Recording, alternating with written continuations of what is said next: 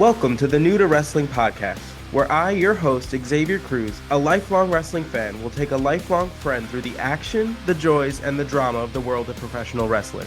My co-host, Kelsey Silva, has been bitten by the wrestling bug, and I want to invite you to join us as I take her through the moments that made me a fan.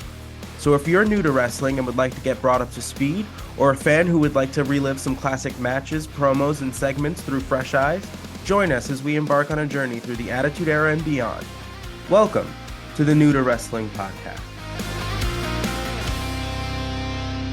Hello, everybody, and welcome to another edition of the New to Wrestling podcast. This week, we watched the In Your House Mind Games pay-per-view. That's always exciting when we get to review a pay-per-view instead of just like a regular Monday Night Raw. But the match card is as follows. We had Justin Hawk Bradshaw versus Savio Vega in a Caribbean strap match.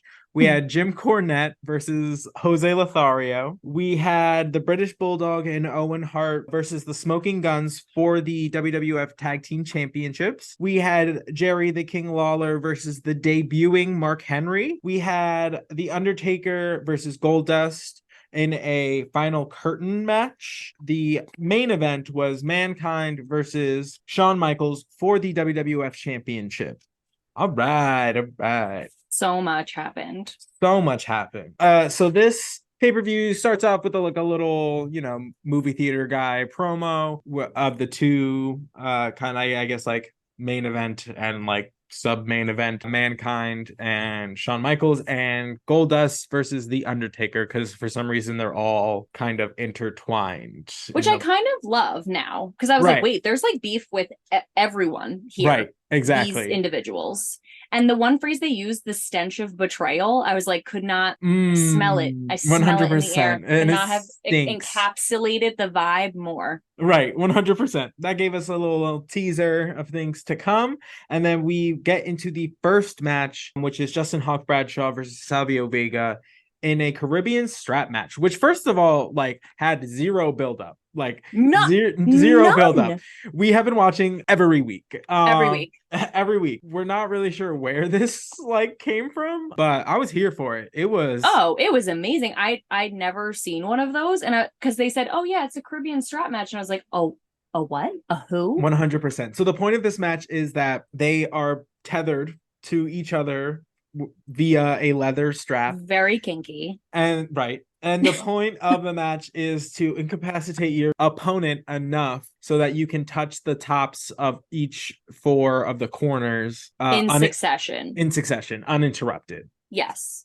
Because if you get like thrown off kilter, you have to start again, right? 100%. Okay. If the other person like gets like a move in, or like you fall down, whatever, before you get the fourth one, you have to start from one all over again. That's wild. Who came up with that?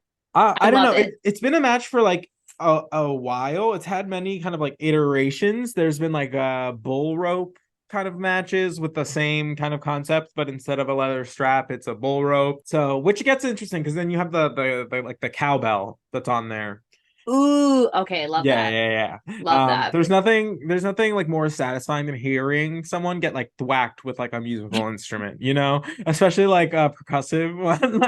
Yeah, a pit orchestra one, pit orchestra one. Oh, yeah. Fantastic. We did have like a little pre-match promo from Savio Vega before this match started, and he was hype. He was like on another level. He was switching between English and Spanish. He was like, oh, you think you're coming for me in this match? Apparently he is undefeated in these matches. Love that. Bradshaw like gets to the ring and he starts like just whipping Savio Vega before the match even like begins. Yeah, 100%. Like they don't even get to officially start the match until like a couple minutes in, because Bradshaw's just like beating the holy hell out of Savio Vega like with the strap before he even gets his Savio gets his like strap put on him. So that was wild. Oh, and then during this match we have a kind of a weird like interruption thing. So this pay-per-view takes place in Philadelphia, which is the birthplace of a wrestling organization called ECW, which is Extreme Championship Wrestling. Used to be like Eastern Championship Wrestling. But basically they were very, very much known for their kind of like hardcore style, as far as like they were not catering to children whatsoever. It was very violent, like very sexual. Yeah, it was. I'm like, when are we watching those? Oh, we can. Listen. There was no shortage of wrestling for us to cover. But oh my God. What happened was, in the crowd, wrestlers from that organization showed up, which I'm assuming just to get like TV time, just to like get their face out there. So in the crowd was the Sandman, Tommy Dreamer, and Paul Heyman, who is the owner and like head bitch in charge of ECW. Yeah, at this time. So I think they were like spit a beer on Savio Vega, something, and he was like, and you hear like Vince McMahon like trying to be like, he knew where they were from, because he mentions like, oh, like they're from like another wrestling organization trying to capitalize on this like pay-per-view. So yeah, so I'm guessing security kind of got rid of them, because we never hear from them again throughout the pay-per-view, and we don't hear of them after this match. So weird. And so I have a question. So did like they just went there of their own volition, their own accord? Like they bought, like, what do they do? Like buy tickets to get in? Yeah. And the WWE like has no idea that that's happening. Like that just happened, like without any communication whatsoever. The way that it sounded was like they had no idea that they were there. I do know that that's wild. That down the line, they kind of do have ECW does have like a working relationship with the WWF, but I don't know if that's like right now. That is a commitment to pettiness that I can do nothing but admire, to be honest. Like that's kind of like I thought that was almost like orchestrated by both organizations. Yeah, I don't know. It's not, that's wild. They were like, let's purchase tickets to go here and spit. But liquids. Let me say this, that Paul Heyman is no stranger to being petty. That man ran that organization with like 3 nickels and like a dream. Like that man was like he somehow got all of these like wrestlers like to do all of these other jobs. Like he had people like booking like the shows. He had people like taking tickets and selling shirts, and like they, in addition to like being wrestlers, like a lot of them had other roles. Like he somehow pulled that organization just like along, very MacGyver. And it was like hugely successful in terms of like the way that like WWF ended up adopting a style that was more similar to what ECW was doing, because that's kind of what the audience wanted at that point in time. Wow. So like their style ends up changing to be more violent and more sexual like as time goes on, which we'll see, which a lot of people give credit to ECW for that, because they were kind of the first people to do it. And granted, it was to an extreme, like it was to like an umpteenth degree. I think the WWF kind of took it and refined it a little bit for a broader audience, but they are often credited for kind of shifting the way wrestling was kind of going at that time. Wow. And is this the same president of ECW that told Stone Cold he'd never be anybody? No, that's WCW. Okay. That's WCW. Oh god, there's so many. I know. Yeah, especially at this time, those are the 3. Like WWF and WCW are the big ones. ECW is also like a player during this time. Okay. I got it now. So back to the match. Savio Vega pulls out the win by kind of in a sneaky manner. So I loved it. Bradshaw is like touching the corners. He gets 1. Savio sneaks up behind him, touches the 1. He, gets the second one. Savio's right behind him. And this is like unbeknownst to Bradshaw. He has no idea. Yeah, he thinks he's like dragging him along, that he's like really he's got this struggling. like he's got this like well in hand. Like he touches the third one, Savio comes up behind him. And then there's like a kind of a weird tug of war situation where Bradshaw ends up pulling Savio into the 4th turnbuckle before Bradshaw can get his hands on it, thus giving Savio the victory. This match was good.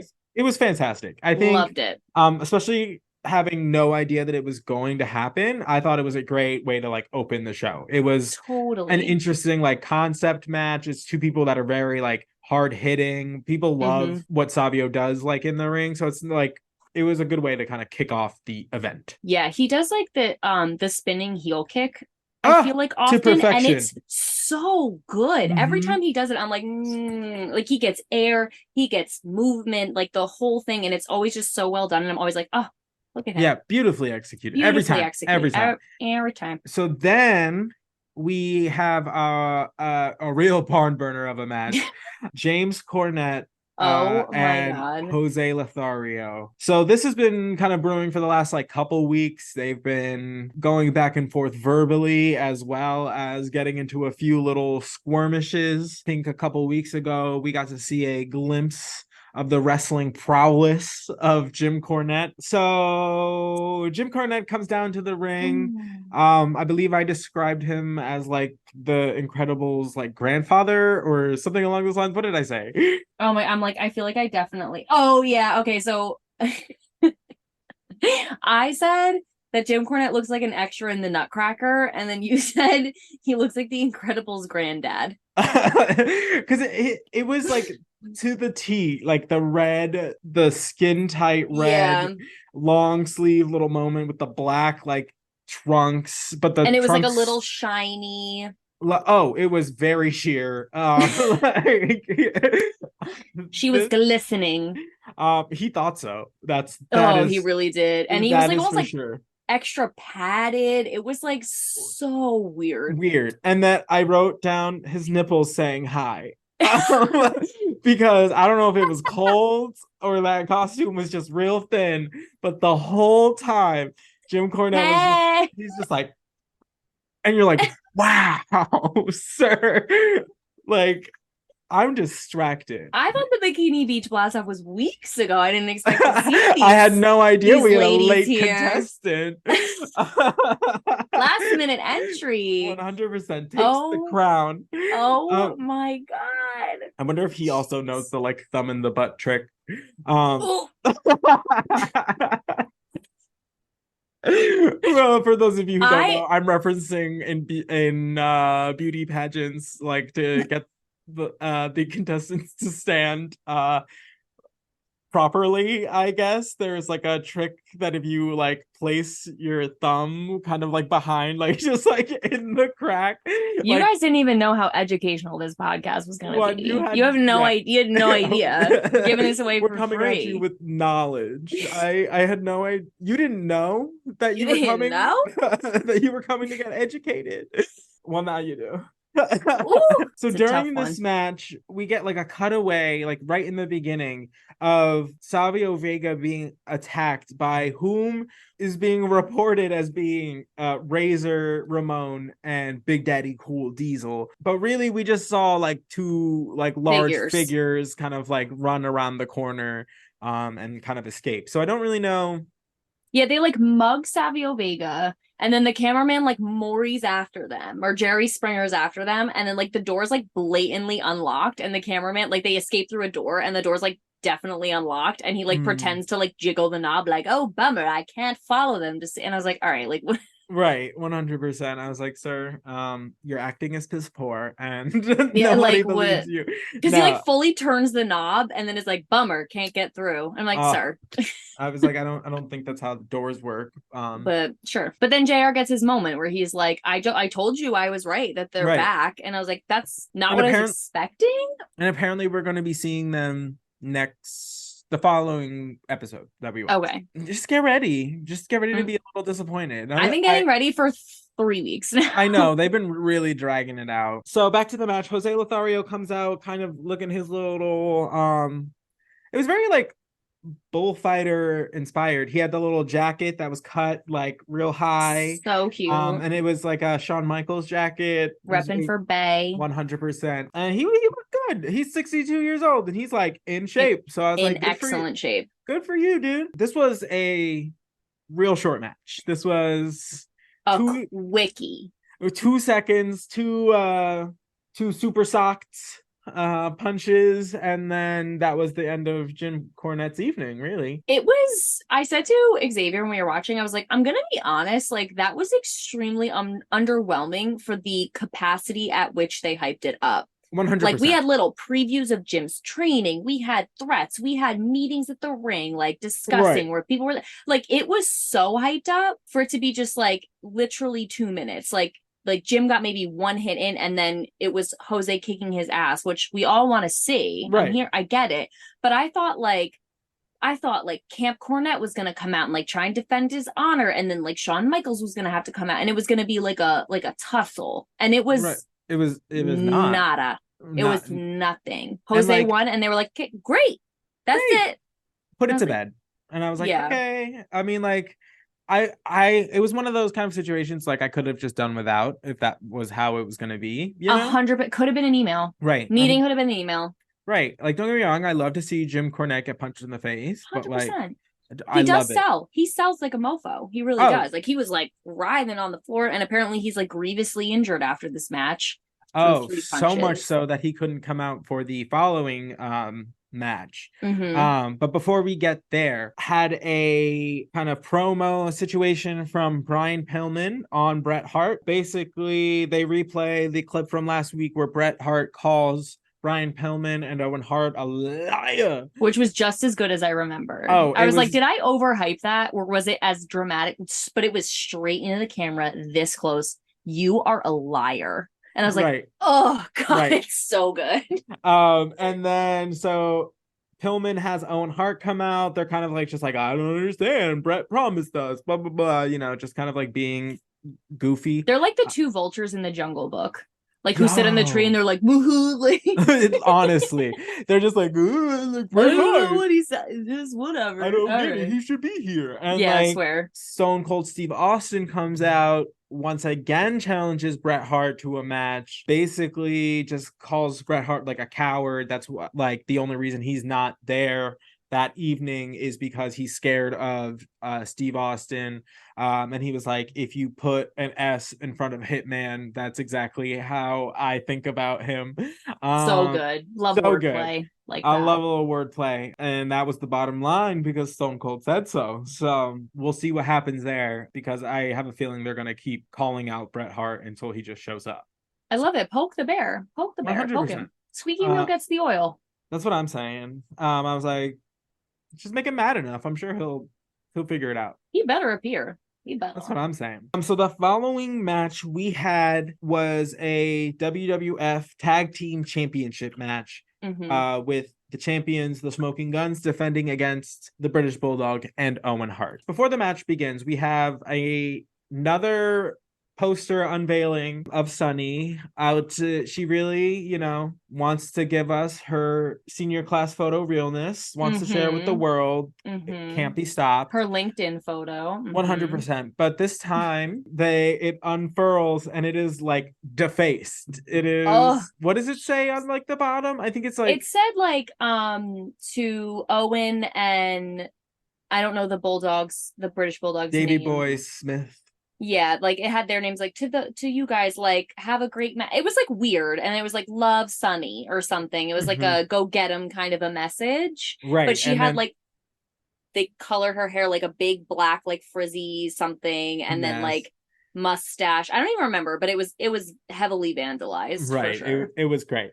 I loved that little. And you know, Sunny was beside herself because she can't stand to see her beauty defamed. I will say I loved her outfit. It's the first time I was like, wait, this is great actually, because normally it's just like, here are my shorts, here are my tits, which again, good for you. I love that for you. But like today there was coordination. There was like her little leather vest had like red lapels, which matched like the red bandana that she was using as a belt, which matched her red cowboy boots. And then the brothers, right? They're brothers. The Guns? The Guns. The Smoking Guns. I'm assuming. The Smoking, or their friend relations. I mean, they both have the same last name. Okay, so they're brothers. Yeah. So, but they had the red bandanas on their boots. So I was like, oh, so they all were cohesive. They all matched. Love to see it. I loved that little moment of coordination. This match was great. Great. Owen Hart comes out of the gates like outsmarting the Guns, kind of like getting them frustrated because he's like a very good counter wrestler. So he's like outmaneuvering them and countering them. And then Owen and Davey Boy Smith do a really good job of isolating Bart for like a good chunk of the match. Yeah. Where they have him just kind of like isolated in the corner. And this match was just great because it was like, it was like one of those matches you really were like, this could go either way the Either whole way. time. They both had like moments where they were like really like shining as teams. And then we get to the kind of end of the match and we have like a miscommunication with Bart and Billy Gunn where Billy is on the apron and shoves Bart for some reason. Yeah, there And was some sort then of like trickery or something, and shoved the and wrong guy. right, and then that allowed for the British Bulldog to kind of roll him up and get the pin, thus giving us new tag team champions. Which Crazy. I had a feeling was gonna happen. We haven't really been seeing much of the Smoking Guns in the last couple of weeks, so it was kind of time to kind of like spice it up. I will say during this match we did have an appearance from Clarence Thomas, Oh who has yeah. been like just kind of trying to snipe Jim Cornette's like talent or just talent in general. Yeah. So he was playing cheerleader for Cornette's camp during And this. there was this weird moment where they had a cut to the back where Jim Cornette is like laid out on the table, the meds are over him, Oh and my Clarence god, like is so holding like dramatic. paperwork over him, and Jim signs it. And Oh, I missed that. I was like, did he just like give temporary like authority to Clarence? Like, because then he ran out to the match and he was like holding up the paperwork. And we were saying, Oh, like, is that because like just so like he can say, like, oh no, I can be ringside? I was like, or is it like he has temporary control over Camp Cornette while Jim is injured? Like, what does that mean? Like, I'm very curious to see how that plays out, because then I really feel like he's got the documents and he's gonna right, just right, right. like scoop him up. How very predatory of a So lawyer. Like so someone's like literally on their like deathbed.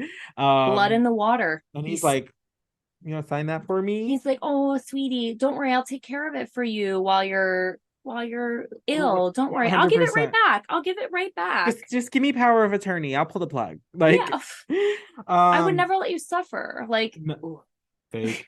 but he Um loves a happy dance, that he Clarence. does. He was Every time anyone does anything, he is, just moving and grooving. He's happy yeah, feet.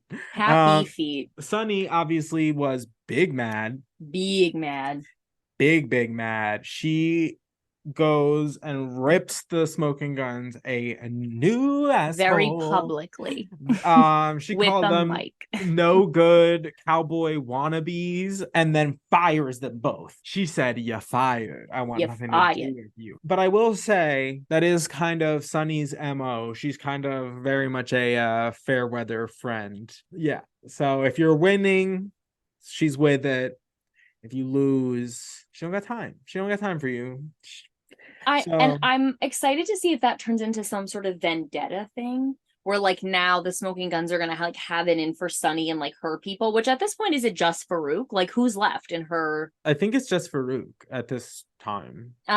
So like, I okay, don't know. I don't She's know if gonna have that's to gonna like like, beef up her roster. yeah, she gotta beef up the raw. Like, who is that? Who do we even have left? But like, yeah, I'm wondering if it's gonna like turn into like the Smoking Guns, like have to like, have a come to Jesus moment and like remember who they are, and like then they come back and it's like this vendetta against like Sunny and her people. I don't know. I'm curious to see how this goes. I'm very interested to see where she goes from here. I mean, like she's Yeah, all over Farouk, so we'll see how that goes. literally. Yeah. And then we get a little promo from Paul Bear and Mankind once again from the depths of whatever arena they are in. Mm-hmm. It was very much a lot of. It was weird because they're like kind of talking about the Undertaker, kind of talking about Shawn Michaels. There's Yeah. a whole lot of like Mankind will be champion, blah blah blah, which you get obviously. Right. But then there was like this part of the promo where Paul Bear is like talking about like it's all the creature of the night's fault that like he turned on the Undertaker, and it just all gets very It confusing. was very confusing. So I was like, who are we talking about now? Are they in the room with us? Like, Right. what does Um, this mean? and it just goes to show how just deranged they both are. You're just Yeah. kind of Oh, like, the more they're together, the more I'm like, you know what? This actually made sense. Like in right, my head, maybe right, now. right, Like right. I'm getting there now. Right. Yeah, it was weird. So we're gonna see them reappear a little bit later on in the show. It just never helps that they like go and find them like in a basement. Like, Yeah. you Like, know what I mean? Like let me who know when they're topside. Let's Who's talk then. who's in a basement is like wants to be approached. That's a very good point. Like, this is not exactly an approachable location. Like, might have chosen that for this specific reason. Right. Didn't know the camera crew was coming down here. No, fully. I didn't know that camera could pick up light down here. But here we are. But okay, so next we had Jerry the King Lawler and Mark Henry. So this has just been spurred on by Jerry the King Lawler's mouth, TM, and like he is just been running his gums about Mark Henry and how he's not fit to be in a wrestling ring. He's like untrained and doesn't know what he's doing, and he's gonna make quick work of him. He ends up they go into like these like previous altercations that they have where Jerry the King Lawler like dumps like water all over Mark Henry and like runs away like laughing. And then he slaps Mark Henry in the face and like wild runs away. Yeah, and you're like, okay. So Jerry the King comes out. He's just basically been like, I'm gonna put on a clinic. This is Mark Henry's first match. He comes out in his little USA singlet. Ensemble. Yeah, fully. They said, proud to be an American. Yeah, they're like, did you know he was in the Olympics? Honestly, like, did you know? Honestly, did you get it? So like, I love Mark Henry, and I was like, I loved the outfit they put him in, because the stripes of the American flag were actually like his strap. Like, he had like 3 little sassy like American flag, right? Like, and one of them straps was like falling off the shoulder. Yeah, like I was kind of into it. I was like, okay, go off. For just 1 second, I was like, am I proud to be I might be. If it was Mark Henry on that flagpole, maybe. Me, swear to God. So we get into the match. Jerry the King Lawler is like trying to do anything to Mark Henry, but then he is quickly realizing that Mark Henry is the stoutest man that has ever existed. So there wasn't a whole lot he could do. He tried to pick him up a few times. That was a no-go.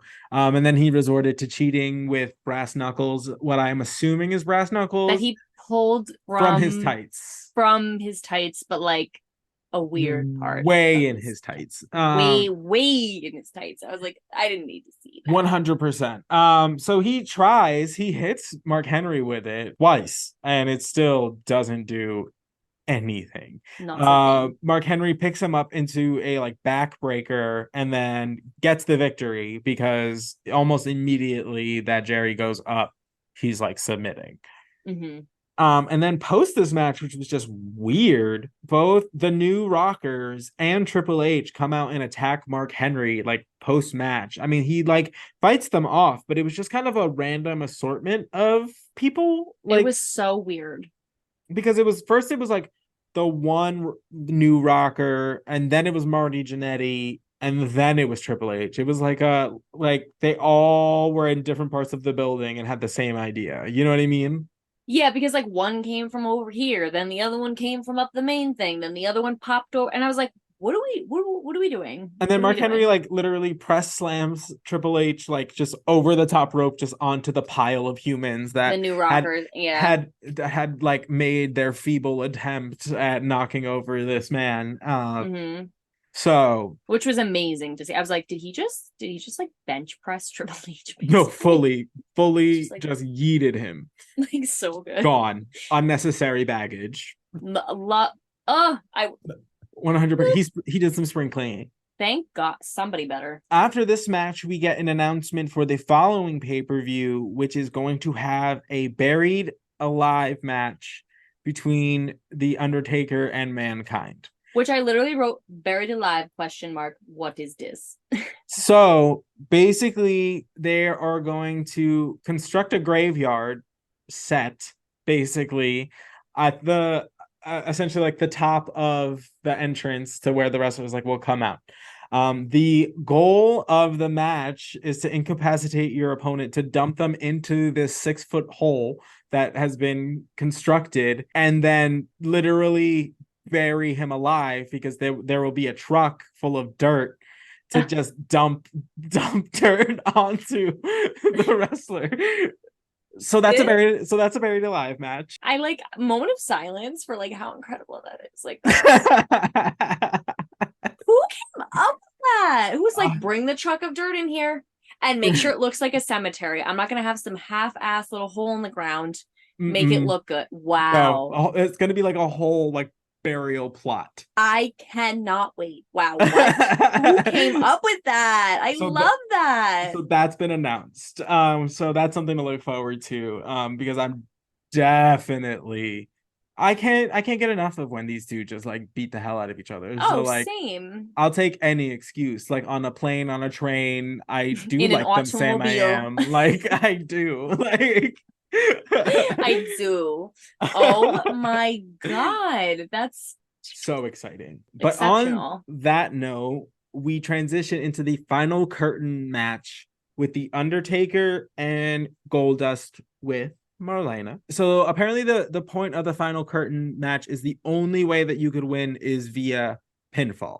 There's no submissions, there's no rope breaks, there's no disqualifications, no countouts, which I didn't know until the match started. So I didn't either. I was like, final curtain. Like, this sounds so dramatic. And that is pretty dramatic. Like, I did not understand the gravity of no submissions right, or no disqualifications until it was happening. Because, like, right, there's foul play afoot and things that could get one disqualified that right. happen that just the match You just kind continues. of, yeah, exactly. Yeah. Marlena looked like $1 million.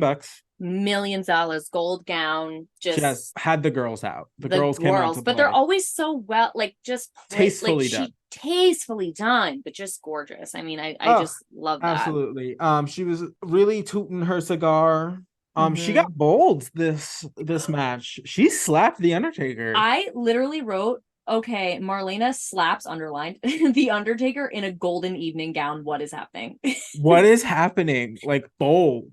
Just, I was like, Bold. she did not, because there are people in that are wrestlers that wouldn't do that, No, not even a little and bit. she meant it. She reared back and Love swung. it. Oh, Love it. speaking of Marlena, we did want to Oh, make mention of a couple of weeks ago. guys. Please go ahead. So was it last week or a few weeks ago? It doesn't matter. Recently on the pod, we were talking about how there was a truly exceptionally weird get well soon to Ahmed Johnson. And like Marlena had said something about frying up the kidney with fava beans and a nice Chianti, and Xavier and I were like, I don't understand. That's the weirdest thing she could have possibly said. It was brought to our attention, and I just want to say, in our defense, we've both seen Silence of the Lambs. It was just Right. many years ago, and sometimes when we get together, our brain cells melt out of our ears, and we're just silly geese, and that's just how it is, and that's why you come here every week. But shout out to my sister, yeah, because shout out to she Brittany. made Thank God. mention to me after she had listened to the episode. She was like, "You do know that's a reference to Silence of the Lambs." Like the most famous quote from Silence of the Lambs. And Like, literally, I was just like, "Oh, yeah, no, we're not thinking that in the moment. Like no, not at all. no, are you kidding? When we get together, it is two brain cells playing. It is Venus and Serena Williams just playing tennis with like Our last two brain cell. Like, Bing, bing. And it's a great match. It's a great match. Oh, the but back it's and sad. forth is vigorous, but it's sad. It's very sad. It's really, everyone's in the crowd like, wow. Okay. And you know what we did?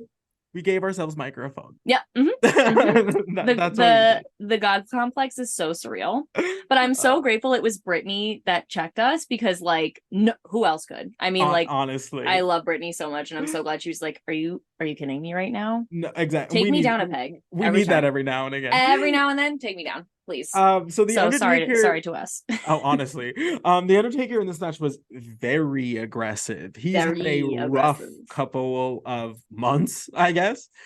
He's been kind of on the losing end between Goldust and Mankind, so he came out swinging for the fences. Like Goldust's like face paint was like off, because he was slugging. Like we get to the match, like Goldust is taking a beating. Goldust is on the outside of the ring, kind of trying to like recoup, and Marlena drops a little gold bag, a little satchel.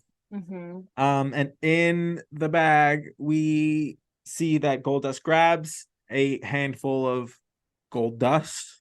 And once again, because this has happened a few weeks ago, but because in that match it ended in a disqualification, this match he uses the gold dust right in the Undertaker's eyes, blinding him for like the following like 10 minutes of the match, because it is everywhere. Like everywhere.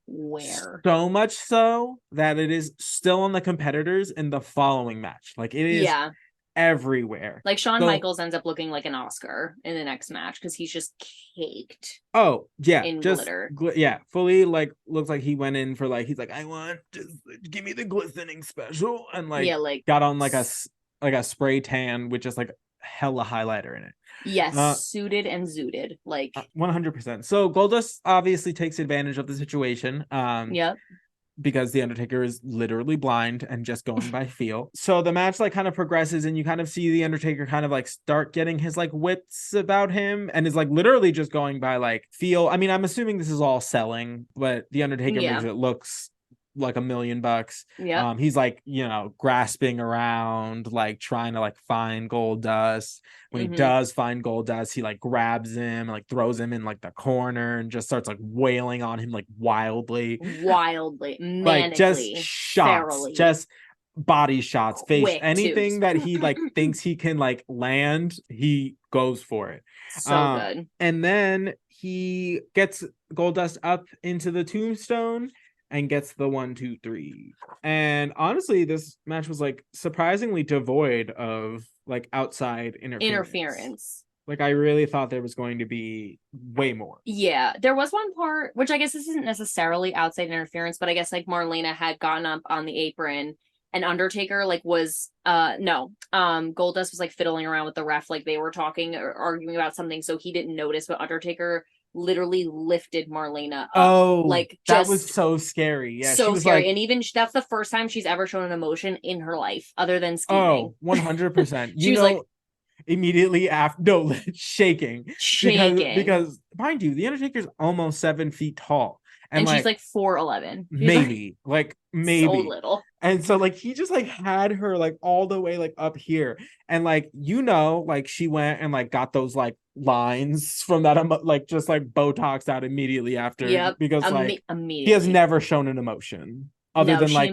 indifference, apathy, like scheme, plot. That's it. Right. And it's maybe the most a quirk of an eyebrow. That's it. Right.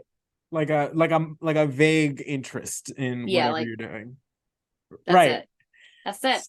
And so to see her with just like genuine terror on her face it's the Undertaker. It's the Undertaker. He's good like that. I was just recently watching like a match like from like 2005 or whatever, where he had the referee like so terrified that the referee like basically like stand outside of the ring like for the majority of the match, because every time he like tried to like admonish the Undertaker for something, the Undertaker was like, try say literally anything to me and I will break you. So he had that man scurrying out of the ring like on multiple occasions. So like I would love to see like a ref so scared they just leave, like legitimately leave. Just run into the like crowd. Just are like no. Right.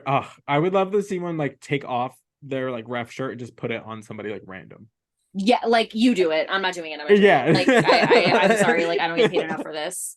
Somebody else. 100%. That match was fantastic. The Undertaker, so good. I thought the storytelling with the Undertaker being blind, like it set up for like enough to make the Goldust look good. It was believable that like Goldust was gonna like kind of take the L on this one. Just based on how hot the Undertaker was coming out and how much he kind of has to like save face going into this Buried Alive match. Yeah, because like that's gonna be crazy. That's gonna be wild.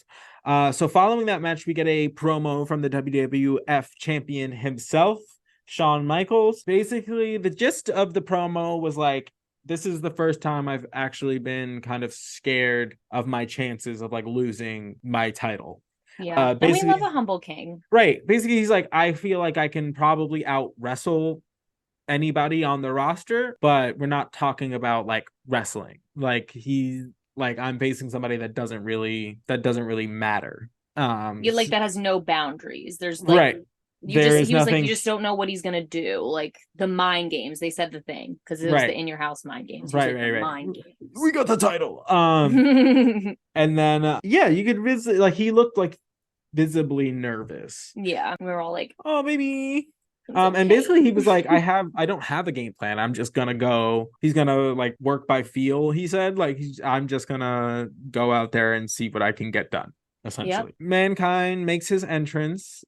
He brings out a casket with him, or rather, pause. This was weird. This was very weird. So the druids come out, who we believed worked just for the Undertaker, but maybe they work for the urn. But then why did they? But then why did they take the Undertaker's body and then bring him back the next week? Who do you work for? Who do you work for? I was like, did they get like bought like gig? They got a gig. Like they Right? were like kind of they had nothing really going on, and they were like, hey, would you? Well, that actually kind looking of for, really like 6 guys to carry a casket. Would you wanna? And they're like, I mean, we got nothing in the books. I Like, know, but might like as well. that really like shatters the whole Dementor thing we had going on, you know, like Very that they true. were these like just like ethereal creatures Separate of entities, darkness that not just kind of tied to anyone. right. You know what I mean? I don't know. It was weird that like they brought out the casket And it was for weird that nobody really like said much about it, which Vince and Vince McMahon was back this week. Vince McMahon's been missing for like 6 weeks. Like the last like 4 episodes. I'm like, where's Vince? Where'd he go? They said nothing about it, and then today he just reappeared. But Right. whatever. Like, oh, he's back. They're like, hey, Vince McMahon on commentary. And I was like, what? Where have Right. you been? But anyway, Right. so Vince McMahon was just like, oh, and there are the druids bringing out the casket. And I was like, Right. And then what? Mankind is What are in you the talking casket, about? Yeah. which is ew. It's so ew. Which is, you know, I mean, those are, you know, him playing mind games with the Undertaker. And then, you know, he ends up rocking on the floor with the urn. How he do. Which why did I also think the urn was silver? And then I looked at it again today, it was gold. I was like, do they use different urns? No, I'm pretty sure it's just gold. It's just gold. Okay. Just me not paying attention. I think. I don't know. Okay. I don't remember there being a silver one, but I could be wrong. I was always probably too focused on the Undertaker to pay attention. LOL. This match was also phenomenal. So good. Shawn Michaels comes out really like aggressive in this match, like basically just trying to throw everything at the wall, like from the jump. Yeah. We get a lot of kind of like outside of the ring kind of action. Mankind goes for his like patented like lifting up the padding on the outside. And Shawn Michaels kind of turns that around on him by drop kicking him like while he's holding up the mat, so that he ends up underneath the mat and then just starts jumping on the like pile, which was crazy. We get a bunch of like suplexes onto like the steel steps. Like Mankind on multiple occasions like runs either like his knees into it because Shawn Michaels moves at the last second.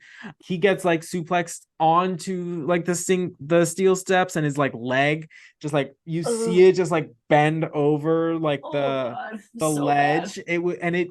It happened so fast and so like hard. It just made like such a thwack that you were just like, that man's hurt. And then they replayed it, and Xavier and I had the same reaction because the first time we were like, "Ooh," and then they played it again, and we were like, "Ah!" Like, no, yeah, it was just as bad the second time. Oh, it was so bad. And then Mankind like hangs himself with the ropes. Oh god, that was really scary. Like I legitimately thought he was going to decapitate himself. Like I thought we were going. Which obviously I know that's not possible. Like they're not like continuing. If like he got freaking decapitated, but like he got like twisted in the ropes where it's on his neck, and his legs are dangling off the side. So he's literally hanging himself, himself. And then I'm like, those steel ropes, just like one extra pull, and it's just like right.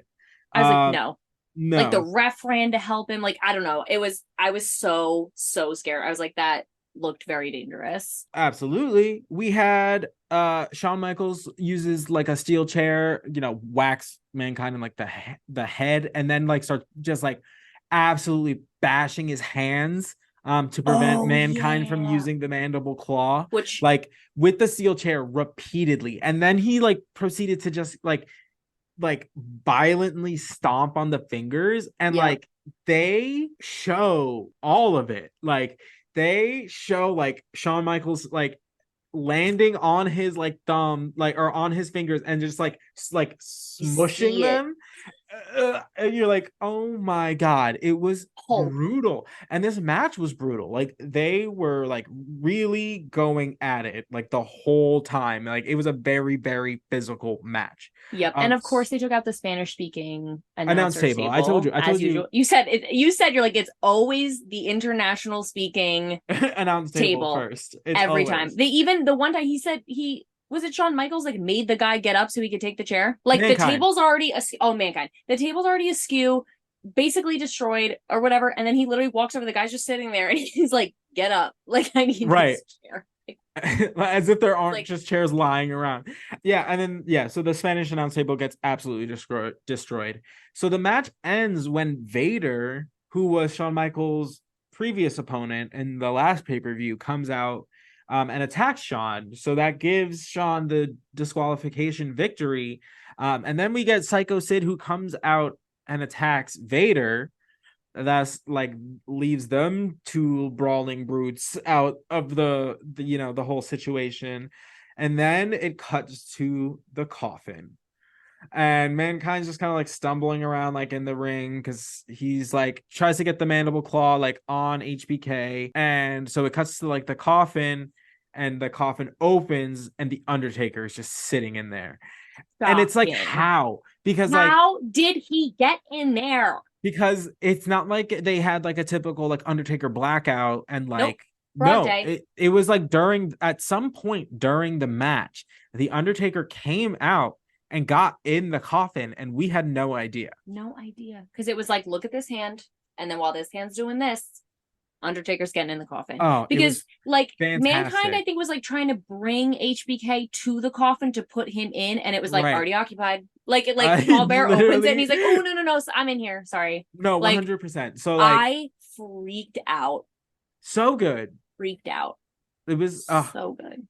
Because finally. Well, because I was like, I would be shocked if the Undertaker didn't like come out here and interfere, because they'd shown like all the times that Mankind had interfered with the Undertaker's matches. Like the one time he like literally crawled up, like broke through the ring and like dragged him under. Like all the other times he'd done that. So I was like, if the Undertaker doesn't come in and interfere, I will be so surprised. Like that would be crazy. And then it was towards the end, and I was like, oh, is it over? Because like Vader came out, the match was already over, like with the disqualification and whatever. I was like, that's so weird. Right. And then when Paul Bear like opened the coffin, I was like best possible way they could have done that. Like agreed. Best possible way. And it just leaves you like just like for the shocked. Buried Alive match, because like you just want to see it. Like they really set the tone, especially with the coffin. And I was like, if that's the only reason you brought the coffin out there, I'll allow it. I will. Right. Because like the dramatic entrance of Mankind being in it, like, okay. But then I'm like,